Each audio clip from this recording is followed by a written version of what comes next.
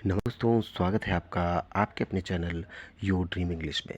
मैं सलील कुमार स्वागत करता हूं। आज का टॉपिक है सिंटैक्स। सिंटैक्स के अंतर्गत हम लोग पढ़ेंगे 10 कॉमन एरर से संबंधित सेंटेंसेस, जहां पर मैं आपको रूल्स भी बताऊंगा और सेंटेंस को करेक्ट करना भी सिखाऊंगा। तो चलिए दोस्तों स्टार्ट करते हैं। पहला सेंटेंस है it is I who is to go. ये एक सेंटेंस है और इसमें क्या एरर है ये आपको बतानी है। इसके पहले आप मेरी एक बात सुन लीजिए, इस सेंटेंस का स्क्रीनशॉट ले लीजिए, फिर बताइएगा इस पे क्या एरर है। पहले मेरी बात सुनेंगे। देखिए, अगर कभी भी बी बी मतलब इज, एम, आर, वाज, वर, अगर बी के तुरंत बाद, अगर ये लास्ट में ई के बाद WERE है ये, ठीक है, ये लिखते नहीं बन रहा है ई, ठीक है। अगर वर्ब की इन वर्ब के तुरंत बाद यानी कि is, am, are, was verb के तुरंत बाद क्या दिया हो, कोई प्रोनाउन दिया हो। क्या दिया हो? प्रोनाउन। यदि is, am, are, was verb के तुरंत बाद कोई प्रोनाउन दिया हो तो रूल ये है कि वो हमेशा सब्जेक्टिव केस में रहेगा। यानी नॉमिनेटिव केस, सब्जेक्टिव केस एक ही बात है। किस में रहेगा? सब्जेक्टिव केस में रहेगा, यानी वो सब्जेक्ट जैसा दिखेगा। ठीक है, पहली बात। यानी कि अगर लिखा है इट इज़ मी तो ये मिस्टेक है, यहाँ पर मी ऑब्जेक्ट है, मी नहीं होगा, यहाँ पर आई होगा।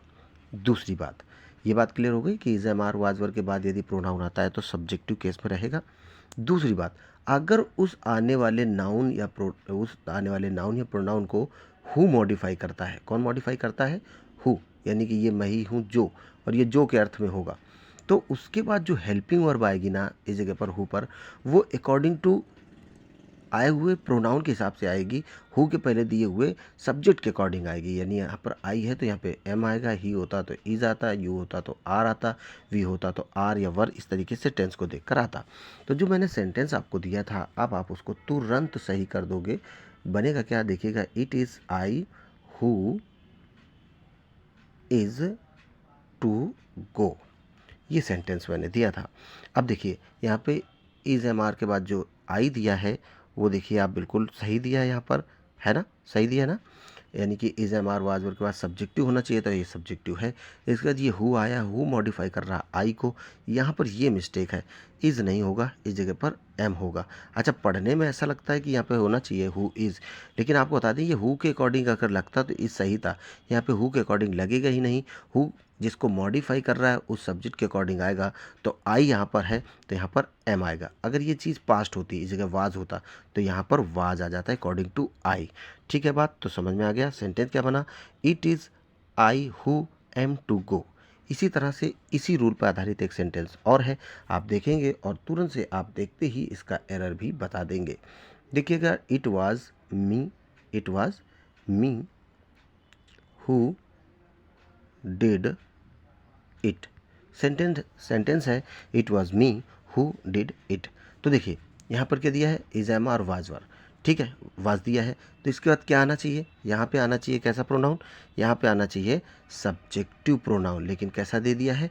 ऑब्जेक्टिव। मीनिंग यहाँ पे मी नहीं होगा, मी के स्थान पर क्या होगा? आई। तो क्या बनेगा? It is I who did it. ठीक है, तो पूरा सेंटेंस आपको अच्छी तरह से समझ में आ गया होगा। इसी रूल पे आधारित एक और है, तो आप देखिएगा और तुरंत से बनाइएगा आप। It is I who has done it. इस सेंटेंस में क्या है? It is I who has done it. अब देखो, is, am, are, was verb के बाद यहाँ पे क्या दिया है? इज, एम, आर दिया है, और यहाँ पर दिया है आई, और ये सब्जेक्टिव है, बिल्कुल सही। अब ये हु मॉडिफाई कर रहा आई को, तो क्या आई के हिसाब से इस टेंस में हैज़ लगाते हैं? नहीं, हैज़ नहीं लगाते हैं, यहाँ पर लगाते हैं हैव। तो सेंटेंस क्या बना? It is I who have done it. ठीक है बात। अगले सेंटेंस में चलते हैं। ये 4 नंबर सेंटेंस रहेगा। सेंटेंस है ही रिजेंबल्स। ये अगला रूल बताएगा आपको ये सेंटेंस। ही रिजेंबल्स, रिजेंबल मीन्स होता है, ये यहाँ पे यस नहीं लिख पाया तो यहाँ लिख दिया मैंने, with. He resembles with his father. Resemble means जानते हैं क्या होता है? हू बहू देखना, के जैसे दिखना। तो वो अपने पापा के जैसा दिखता है। ही रिजेंबल्स विद हिज फादर, यानी कि लुक्स लाइक होना चाहिए, he looks like his father. लेकिन रिजेंबल यहाँ पे दिया है तो रिजेंबल का मतलब यही होता है कि के जैसे दिखना। तो यहाँ पे क्या है? के जैसे दिखना। तो आपको बता दें यहाँ जो मिस्टेक है वो ये है कि यहाँ पे विद नहीं होगा। रिजेंबल अपने बाद कोई भी प्रपोजिशन नहीं लेता है, यहाँ तक कि रिजेंबल के साथ लाइक, सो, एज भी नहीं लगेगा। यानी सेंटेंस कुछ ऐसे बोला जाएगा, ही रिजेंबल्स हिज फादर, बिल्कुल वो अपने पापा जैसा दिखता है। ठीक है बात। नेक्स्ट सेंटेंस जो कि 5 नंबर है, इसको देखेंगे। तो यहाँ पर सेंटेंस है the gold is yellow. Gold जो होता है वो पीला दिखता है। आपको बताते चलें, material noun, abstract noun, proper noun. Proper noun में केवल स्थानों के नाम, मतलब देशों के नाम जैसे, और स्थान कह सकते हैं। और प्रॉपर नाउन जैसे कि सजीवों के नाम, अगर, या फिर जैसे नाम है मोहन, गीता, भारत, इंडिया, अमेरिका, ये प्रॉपर नाउन है। एब्स्ट्रैक्ट नाउन क्या है? जैसे हवा, ईमानदारी, घमंड, अहंकार। और मटेरियल नाउन क्या है? Cement, water, oil, milk. इन नाउन के पहले कभी भी आपको आर्टिकल द नहीं लगाना है, या कोई भी आर्टिकल नहीं लगाया जाता है। तो यहाँ जो मिस्टेक है वो ये है कि यहाँ पे द नहीं होगा। सेंटेंस होगा गोल्ड इज़ येलो, सोना पीला होता है। नेक्स्ट सेंटेंस सीखेंगे। ये बहुत ही शानदार रूल रहेगा, ध्यान से देखिएगा, बहुत ही शानदार रूल है ये। तो यहाँ पे देखेंगे लिखा है अ नंबर ऑफ, इसका एक ट्रिक है, उस ट्रिक से आप तुरंत कर लेंगे। A number of books was there. A number of books was there, ये सेंटेंस है। अब इस सेंटेंस में एरर क्या है?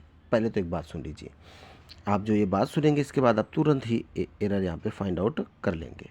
बात ये है कि कभी भी अ नंबर ऑफ दिया हो, ठीक है, अ नंबर ऑफ दिया हो तो प्लूरल हेल्प ऑफ लगाइएगा। द नंबर ऑफ दिया हो, यहाँ पे अगर लिख देते द नंबर ऑफ तो सिंगुलर लगाइएगा। अब देखो इसमें उल्टा सिस्टम है।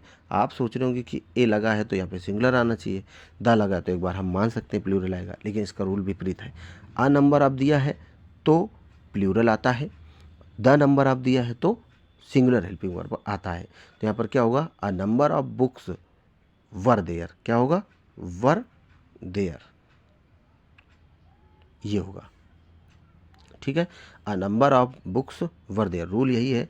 अ नंबर ऑफ दिया हो तो plural verb, the number of दिया हो तो सिंगुलर वर्ब का प्रयोग करते हैं। ठीक है बात। अगला देखेंगे हम लोग। अगला सेंटेंस है दिस इज, ये 7 नंबर सेंटेंस रहेगा। This is quite, QUITE, different than that. बहुत आसान है, आपको सीखना है कि डिफरेंट के बाद प्रेपोजिशन क्या आती है? देन वैन कुछ भी नहीं आएगा, या कोई भी अन्य प्रेपोजिशन नहीं आएगी। डिफरेंट के बाद सिर्फ और सिर्फ फ्रॉम प्रेपोजिशन आती है। कौन सी प्रेपोजिशन आती है? फ्रॉम। तो यहाँ पे क्या लगेगा? This is quite different from that. यहाँ पे एक वर्ड लिखा क्वाइट, ये देखिए, क्वाइट मीन्स होता है पूरी तरह से। अगर यही ई टी के पहले लिखा होता तो यहाँ पे पता क्या हो जाता?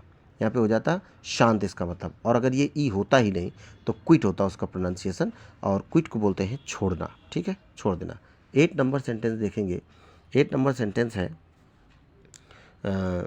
ईच ऑफ these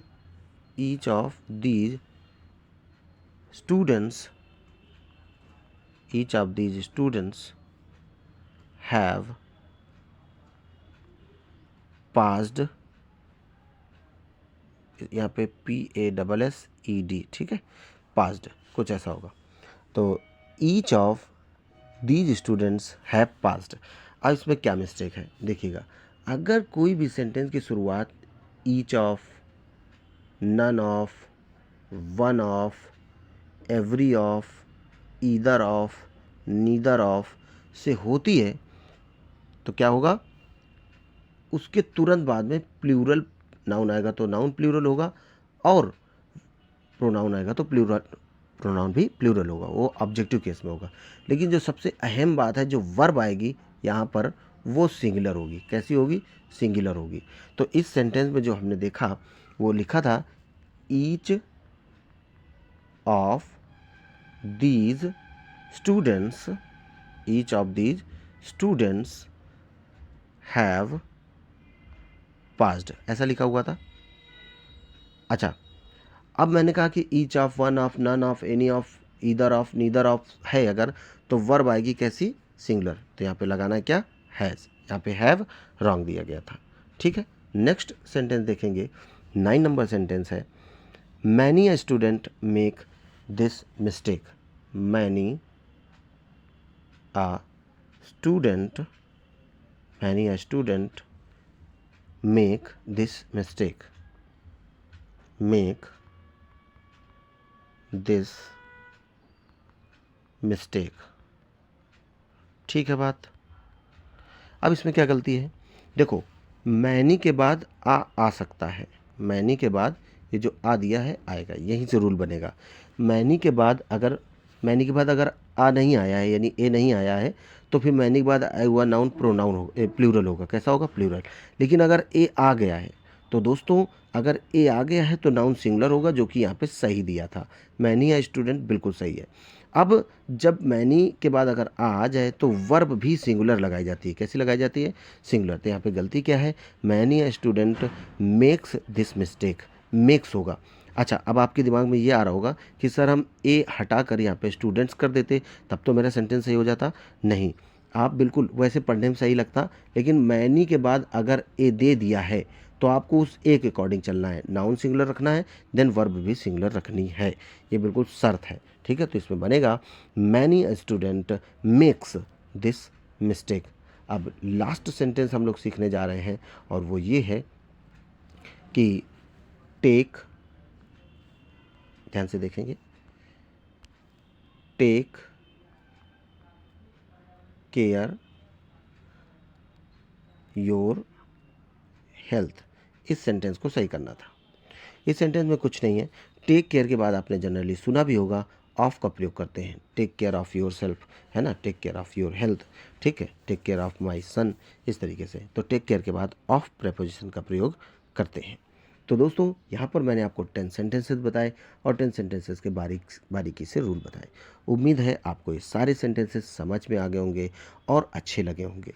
तो दोस्तों, अगर आपको वीडियो अच्छा लगा है तो फिर प्लीज़ वीडियो को लाइक कर दीजिएगा, और चैनल पे नए हैं तो सब्सक्राइब ज़रूर करिएगा। और जिन लोगों ने चैनल को सब्सक्राइब कर रखा है उनको दिल से शुक्रिया, और जिन लोगों ने अभी तक लाइक कर दिया है उनको भी शुक्रिया। अगर आपके प्यारे प्यारे मित्र हैं और उनको इस टॉपिक की ज़रूरत है तो आप उनको शेयर भी करिएगा, मुझे बहुत खुशी होगी।